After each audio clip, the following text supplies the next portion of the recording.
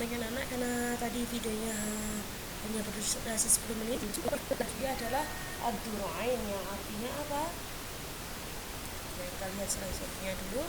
Nah, ini gelar zururain yang berarti pemilik dua cahaya. Ini disebabkan karena apa? Karena beliau menikahi dua anak rasul, yaitu Ruqayyah dan Ummu Kulsum.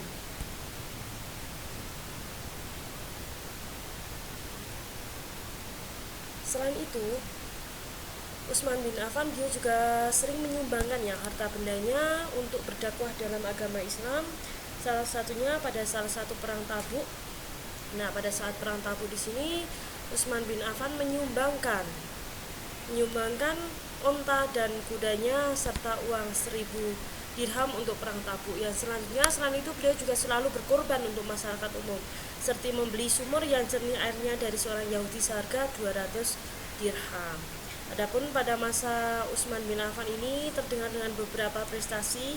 Yang pertama jelas ketika kita bicara tentang dakwah, maka di sini tidak mungkin akan terlepas dari perluasan wilayah, karena sampai dengan di Indonesia ini juga merupakan sebuah perluasan wilayah agama Islam. Lalu yang kedua, adanya Utsman bin Affan ini juga kita seluruh umat Islam itu punya satu mushaf Al-Quran, yaitu mushaf Utsmani, yang sekarang juga sering kita pakai, sering kita baca itu adalah Al-Quran dengan mushaf Al-Qurani. Dahulu kala mushaf itu banyak sekali, bahkan terjadi perbedaan-perbedaan di antara kalangan sahabat, sehingga pada masanya Utsman bin Affan beliau mengumpulkan seluruh beberapa orang untuk bermusyawarah terkait dengan mushaf Al-Quran, dan disitulah disepakati bahwa mushaf Al-Quran yang dibagi adalah mushaf Al-Quran Al-Utsmani. Yang lainnya dibagaimanakan Bu? Yang lainnya dibakar karena takut menimbulkan beberapa konflik pada generasi selanjutnya. Yang selanjutnya jelas membangun angkatan laut, karena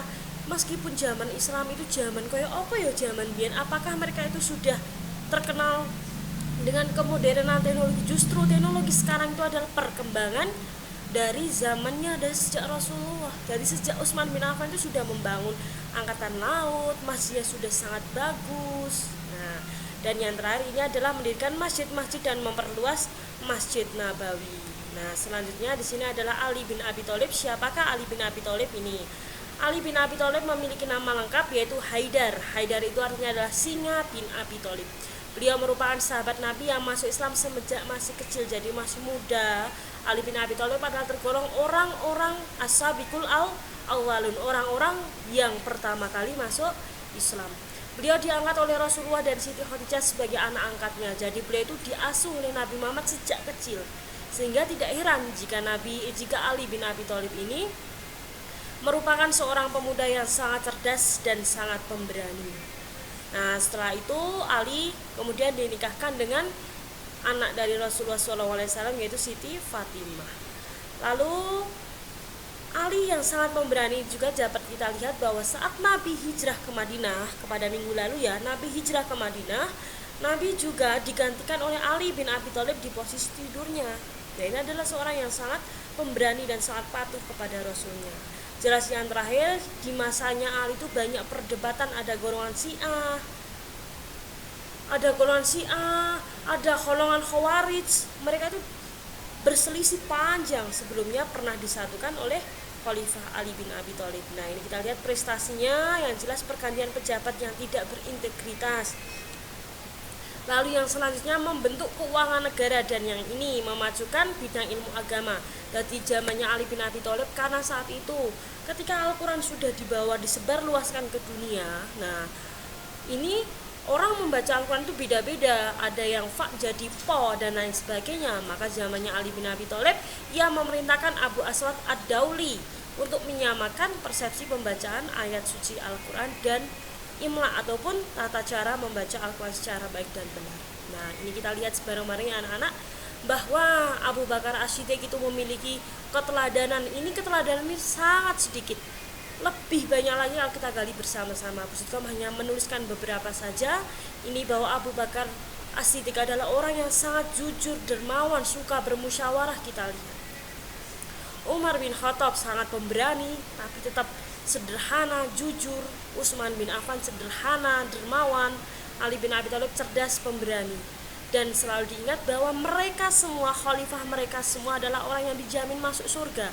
Dan ingat sekali lagi bahwa zamannya khalifah ini mereka adalah orang yang sangat kaya raya. Beliau-beliau ini sangat kaya raya, tapi mereka tetap hidup sederhana, tetap jujur, tetap suka bermusyawarah, berkumpul dengan orang-orang ataupun dengan kaum-kaumnya, tidak pilih kasih mana yang kaya mana yang miskin, mereka semuanya adil.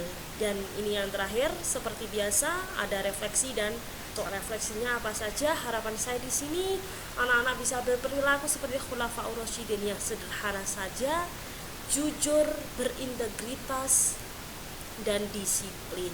Nah, hikmah apa saja yang bisa dapat kalian perjuangan dari para sahabat?